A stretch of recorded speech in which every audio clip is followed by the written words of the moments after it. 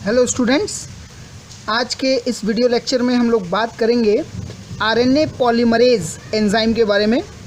यानी RNA pol, जिसको short form में हम आरएनए पॉल बोल रहे हैं, उस आरएनए पॉलीमरेज के बारे में बात करना है।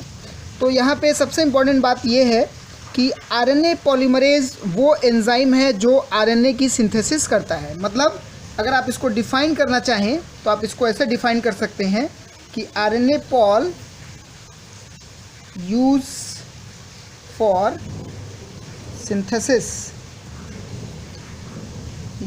Synthesis of RNA. तो आरएनए की सिंथेसिस के लिए इस एंजाइम का इस्तेमाल होता है। ठीक है। अब आरएनए पॉलीमरेज चूँकि आरएनए की सिंथेसिस कर रहा है, इसका मतलब ये एक ऐसा एंजाइम है जो ट्रांसक्रिप्शन के लिए सबसे इम्पॉर्टेंट हो जाता है। क्योंकि ट्रांसक्रिप्शन को हम लोग क्या डिफ़ाइन करते हैं कि डीएनए से आरएनए की सिंथेसिस होना या डीएनए से आरएनए का फॉर्मेशन होना, उस प्रोसेस को हम लोग ट्रांसक्रिप्शन बोलते हैं। तो ट्रांसक्रिप्शन को बनाने के लिए, ट्रांसक्रिप्शन को करने के लिए जो हमारा सबसे इम्पॉर्टेंट एंजाइम होगा वो आरएनए पॉलीमरेज होगा, है ना। तो आरएनए पॉलीमरेज करता क्या है, डीएनए के टेम्पलेट स्ट्रैंड को कॉपी करके आरएनए न्यूक्लियोटाइड्स को जोड़ करके आरएनए बनाता है। ठीक। तो इसीलिए इसका नाम क्या हो जाएगा, इसका नाम हो जाएगा डीएनए डिपेंडेंट आरएनए पॉलीमरेज। आप आरएनए पॉल को और क्या बोल सकते हैं, डीएनए, आप इसको बोल सकते हैं डीएनए डिपेंडेंट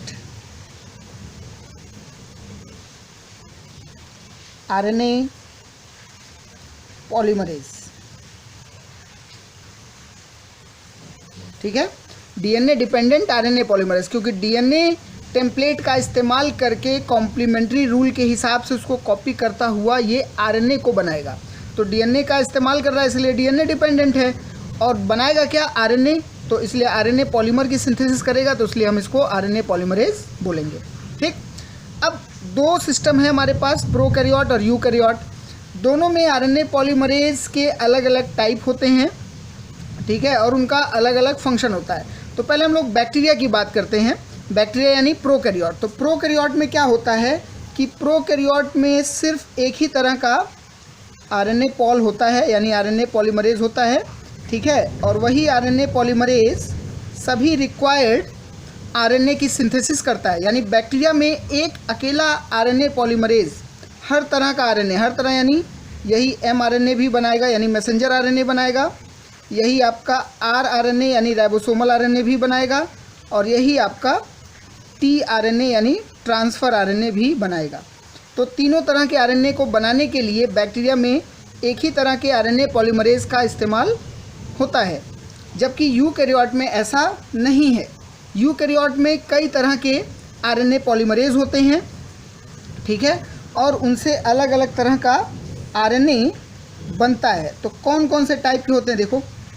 एक होता है आरएनए पॉल 1, एक होता है आरएनए पॉल 1। आरएनए पॉल 1 से क्या बनता है, आरएनए पॉल 1 से बनता है राइबोसोमल आरएनए, यानी वो आरएनए जो राइबोसोम की सिंथेसिस में पार्टिसिपेट करते हैं। लेकिन यूकैरियोटिक राइबोसोमल आरएनए में कई कंपोनेंट हैं, तो उन कंपोनेंट्स को भी हम लोग डिफाइन कर लें, क्योंकि यूकैरियोटिक राइबोसोम के जितने भी आरएनए होते हैं वो सभी के सभी आरएनए पॉल 1 से सिंथेसाइज नहीं होते हैं। ठीक है, तो कौन कौन से सिंथेसाइज होते हैं, तो लगभग सभी सिंथेसाइज होते हैं, सिर्फ एक को छोड़ करके। तो कौन कौन सिंथेसाइज होगा, देखिए। इसमें हो जाएगा आपका 28 srRNA प्लस 18 srRNA और प्लस 5.8 srRNA। ठीक है, तो 28S, 18S और 5.8S, ये तीन तरह के राइबोसोमल आरएनए जो हैं पॉल 1 से बनेंगे। ठीक है, बचा कौन, 5S। तो 5S आरआरएनए जो है वो पॉल 3 से बनता है, तो अभी उसकी भी अब बात हम लोग करेंगे। ठीक है, प्लस इसके अलावा जो दूसरा इसमें आरएनए पॉलीमरेज है यूकैरियोट में, उसको हम लोग बोलते हैं आरएनए पॉल 2। तो आरएनए पॉल 2 से कौन कौन से आरएनए बनते हैं? तो देखो इससे बनता है HNRNA। HNRNA यानी हेट्रोन्यूक्लियर आरएनए, और यही हेट्रोन्यूक्लियर आरएनए प्रिकर्सर है किसका? mRNA का। बाद में यही चल करके क्या बना लेगा? mRNA बनाएगा। तो mRNA का प्रिकर्सर यूकैरियोट में क्या होता है? HNRNA। यानी यूकैरियोट में मैसेंजर आरएनए बैक्टीरिया की तरह डायरेक्टली सिंथेसाइज नहीं होता है, बल्कि पहले यूकैरियोट में HNRNA बनेगा, हेट्रोन्यूक्लियर आरएनए बनेगा, और फिर वो मैसेंजर आरएनए में कन्वर्ट होगा। ठीक, इसके अलावा यहाँ से और क्या सिंथेसाइज होता है आरएनए पॉल 2 से?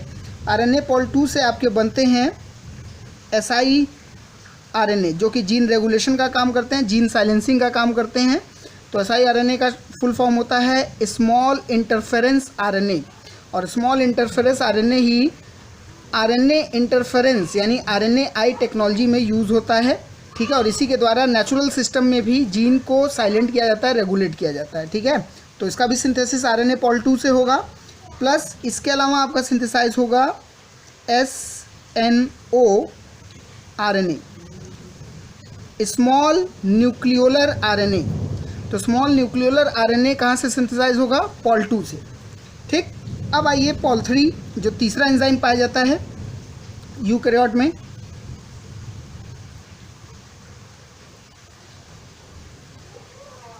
RNA pol 3।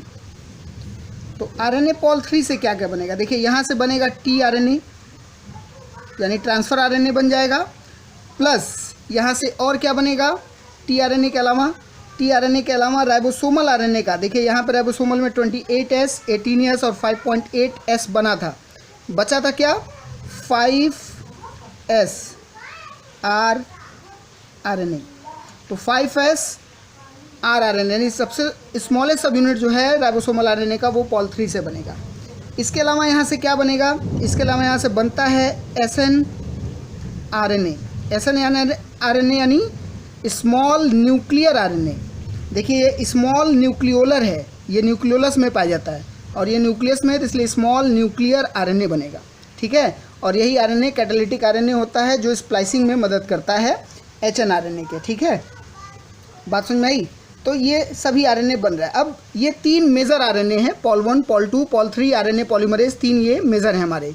इसके अलावा प्लांट में 2 अलग से और मिलते हैं, जिनको हम बोलते हैं आरएनए पॉल 4 एंड 5। तो आरएनए पॉल 4 एंड 5 जो हैं, ये आपको कहाँ मिलेगा? आरएनए पॉल 4 एंड 5 जो है ये आपको मिलेगा ओनली इन प्लांट। ये सिर्फ आपको प्लांट्स में मिलेंगे, और इनका काम क्या है? इनका काम है यहाँ पे siRNA बनाना। यानी अगर प्लांट का सेल है तो प्लांट के सेल में जो siRNA है, siRNA पॉल 2 से ना बन के, है ना, siRNA पॉल 2 से ना बन करके प्लांट के केस में वो siRNA एक दूसरे आरएनए पॉलीमरेज से बनेगा, जिनको हम आरएनए पॉल 4 एंड 5 बोलते हैं। तो ये सिर्फ प्लांट में होंगे और ये siRNA बनाएंगे। तो इस तरह से अलग अलग तरह के आरएनए हैं आरएनए पॉलीमरेज हैं जो अलग अलग तरह के आरएनए यूकैरियोट्स में सिंथेसाइज करते हैं और उनका इस्तेमाल होता है। ठीक है, तो ये तो हो गया वैरायटी की बात। अब आइए प्रोकैरियोटिक आरएनए का स्ट्रक्चर भी देखा जाए। ठीक है, क्योंकि उसको डिटेल में हमें देखना है प्रोकैरियोटिक सिस्टम को। तो देखिए प्रोकैरियोट में, है ना, प्रोकैरियोट में जो हमारा एक आरएनए पॉलीमरेज पाया जा रहा है, इसका पूरा नाम अगर हम लिखें तो इसका पूरा नाम है आरएनए पॉल होलो एंजाइम। पूरा नाम क्या है? RNA pol holo enzyme. Holo का मतलब होता है कंप्लीट एंजाइम। तो कंप्लीट एंजाइम में टोटल आपके 6 पॉलीपेप्टाइड्स होते हैं। ठीक है, 6 पॉलीपेप्टाइड्स। तो होलो एंजाइम को बनाने में टोटल कितने पॉलीपेप्टाइड्स होते हैं? 6। तो 6 पॉलीपेप्टाइड्स कौन कौन से होंगे इनको भी देख लिया जाए। 2 alpha plus beta dash plus sigma और प्लस ओमेगा, ये सभी पॉलीपेप्टाइड्स होते हैं। देखिए 2 अल्फ़ा हैं, बीटा, बीटा डैश, सिग्मा और ओमेगा, तो ये 6 पॉलीपेप्टाइड आपके मौजूद होते हैं। अब इन्हीं 6 पॉलीपेप्टाइड्स को हम लोग अलग अलग तरीके से डिवाइड करते हैं, ठीक है। डिवाइड करके इसके कंपोनेंट्स को बनाएंगे। तो देखिए कंपोनेंट क्या है, ये पूरा मिल करके कंप्लीट एंजाइम बना रहा है, तो इसको बांट सकते हैं 2 हिस्से में। एक होगा कोर एंजाइम, यानी मेन एंजाइम का जो पार्ट है उसको हम लोग क्या बोलेंगे, कोर एंजाइम। और इसी कोर एंजाइम को हम लोग और क्या बोल सकते हैं, ठीक है, इसी कोर एंजाइम को हम लोग बोल सकते हैं एपो एंजाइम। तो देखिए नीट में सवाल 2 तरीके से पूछता है, कई बार पूछ लेता है कि आरएनए पॉल होलो एंजाइम में कितने पॉलीपेप्टाइड होते हैं, और दूसरी तरफ पूछ लेगा आरएनए पॉलीमरेज एपो एंजाइम में कितने होते हैं। एपो यानी कोर की बात कर रहा है, तो कोर में हमारे कौन कौन होते हैं, कोर में हमारे होंगे दोनों अल्फ़ा, ठीक है, उसके बाद बीटा, बीटा डैश, ठीक है, और ओमेगा, ये सभी हमारे कोर में मौजूद होते हैं। यानी कोर में टोटल हमारे पास कितने हो गए, 5 पॉलीपेप्टाइड हो गए, ठीक है। कोर में 5 पॉलीपेप्टाइड्स हो गए और बच गया एक अकेला, तो उसको बोलते हैं हम लोग इनिशिएशन फैक्टर, इनिशिएशन फैक्टर बोलते हैं। ये अकेला होता है, इसका नाम होता है सिग्मा, ठीक। तो सिग्मा अकेला पॉलीपेप्टाइड है जो अलग से मौजूद है। तो इनिशिएशन फैक्टर इसलिए बोलते हैं क्योंकि यही ट्रांसक्रिप्शन के प्रोसेस को, यानी आरएनए की सिंथेसिस को स्टार्ट करने में मदद करता है। अगर ये नहीं होगा तो ट्रांसक्रिप्शन स्टार्ट नहीं होगा, आरएनए की सिंथेसिस स्टार्ट नहीं होगी, ठीक है। तो इसलिए ये इनिशिएशन फैक्टर का काम करता है, प्रोसेस को स्टार्ट करता है, ठीक। तो अब सबका फंक्शन देख लिया जाए, तो सिग्मा का फंक्शन तो आप समझिएगा, इनिशिएशन फैक्टर है, यानी क्या करेगा, स्टार्ट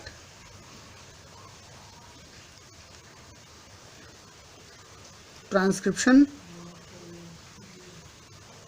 ठीक है, और आरएनए सिंथेसिस। तो आरएनए सिंथेसिस या ट्रांसक्रिप्शन को स्टार्ट करेगा। जबकि वहीं जो कोर एंजाइम यानी मेन एंजाइम है, इनके जो पॉलीपेप्टाइड्स उनका क्या काम है, तो देखो अल्फा का काम होता है प्रमोटर बाइंडिंग, ये प्रमोटर को बाइंड करता है, ठीक है। जबकि बीटा का क्या काम है, बीटा का काम होता है न्यूक्लियोटाइड बाइंडिंग, जो आरएनए बनाने वाले न्यूक्लियोटाइड हैं उनको बाइंड करना, न्यूक्लियोटाइड बाइंडिंग, ठीक है। बीटा डैश का क्या काम है, बीटा डैश का काम होता है टेम्पलेट बाइंडिंग, यानी डीएनए का वो स्ट्रैंड जो टेम्पलेट की तरह काम कर रहा है उसको बाइंड करना, तो ये टेम्पलेट बाइंडिंग में इस्तेमाल हो जाएगा, ठीक। और ओमेगा का काम क्या है, ओमेगा का काम होता है assembly of enzyme, assembly of enzyme, यानी एंजाइम के सभी पॉलीपेप्टाइड्स को जो कि कोर एंजाइम यानी एपो एंजाइम बना रहे हैं उन सबको आपस में यूनाइटेड रखना, जोड़ करके रखना। तो यूनाइट फॉर्म में रखने के लिए, एसोसिएट फॉर्म में रखने के लिए ओमेगा का इस्तेमाल होता है। तो ये असेंबली एंजाइम है। अब देखिए इसमें न्यूक्लियोटाइड बाइंडिंग और टेम्पलेट बाइंडिंग, ये जो दोनों है यानी बीटा और बीटा डैश, यही इस एंजाइम का सबसे इंपॉर्टेंट पार्ट है और इसीलिए इन दोनों को मिला करके बोलते हैं कैटालिटिक। एंजाइम का कैटालिटिक जो पावर होता है वो इन्हीं दोनों से है, तो इसीलिए इसको बोलते हैं कैटालिटिक सेंटर। क्या बोलते हैं, कैटालिटिक सेंटर। तो इस तरीके से ये सभी आपके एंजाइम हैं, ठीक।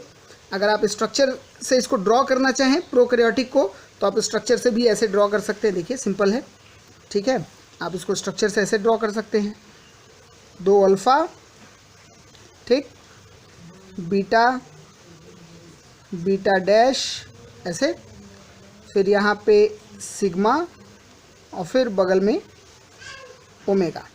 तो इस तरीके से 2 अल्फ़ा, 2 बीटा, बीटा डैश, ठीक है, ओमेगा और सिग्मा, ये सब मिल करके हमारा होलो एंजाइम बना रहे हैं। अब चाहिए तो इसको आप ऐसे अलग से बना लीजिए कि ये पूरा हमारा कोर एंजाइम हो गया और ये इनिशिएशन फैक्टर जो कि टेम्परेरी है सिग्मा, तो सिग्मा निकाल देंगे तो बच जाएगा कोर फैक्टर और सिग्मा जुड़ा रहेगा तो कंप्लीट एंजाइम हो जाएगा, यानी होलो एंजाइम हो जाएगा। अब ओवरऑल फंक्शन समझिए, इसमें जो हमारा इनिशिएशन फैक्टर है सिग्मा, उसका मेन काम होता है ट्रांसक्रिप्शन यूनिट के प्रमोटर को रिकॉग्नाइज़ करना, यानी प्रमोटर को रिकॉग्नाइज़ करने का काम करेगा सिग्मा, जबकि उसको बाइंड करने का काम किसका है, अल्फ़ा का। दोनों के फंक्शन में फ़र्क है, याद रखिएगा। पूरा होलो एंजाइम डीएनए को स्कैन करता हुआ आगे बढ़ेगा, तो स्कैनिंग करने में क्या होगा कि जैसे ही प्रमोटर रीजन आएगा वो प्रमोटर रीजन सिग्मा फैक्टर से रिकॉग्नाइज होगा और फिर अल्फ़ा उसको बाइंड कर लेगा। इस तरह से पूरा एंजाइम उस पर बाइंड हो जाएगा और अपना फंक्शन स्टार्ट कर देगा। क्लियर। साथ ही साथ इसी एंजाइम में, आरएनए पॉलीमरेज होलो एंजाइम में, दोनों एक्टिविटी पाई जाती है। ये डीएनए को अनवाइंड भी कर सकता है, ठीक है, और डीएनए को वाइंड भी कर सकते हैं, यानी डीएनए के हेलिक्स को ओपन भी कर सकता है और वापस हेलिक्स को बना भी सकता है। दोनों काम ये खुद कर सकता है। इसीलिए यहाँ पे किसी अलग से हेलिकेज एंजाइम की ज़रूरत नहीं है, क्योंकि हेलिकेज एक्टिविटी इसमें पाई जाती है, ठीक है। प्लस यही इस एंजाइम में एक और ख़ास बात होती है कि इसको प्राइमर की भी ज़रूरत नहीं है। ये आरएनए की सिंथेसिस बिना प्राइमर के स्टार्ट कर सकता है, ठीक है। तो ये इसका ओवरऑल फंक्शन है।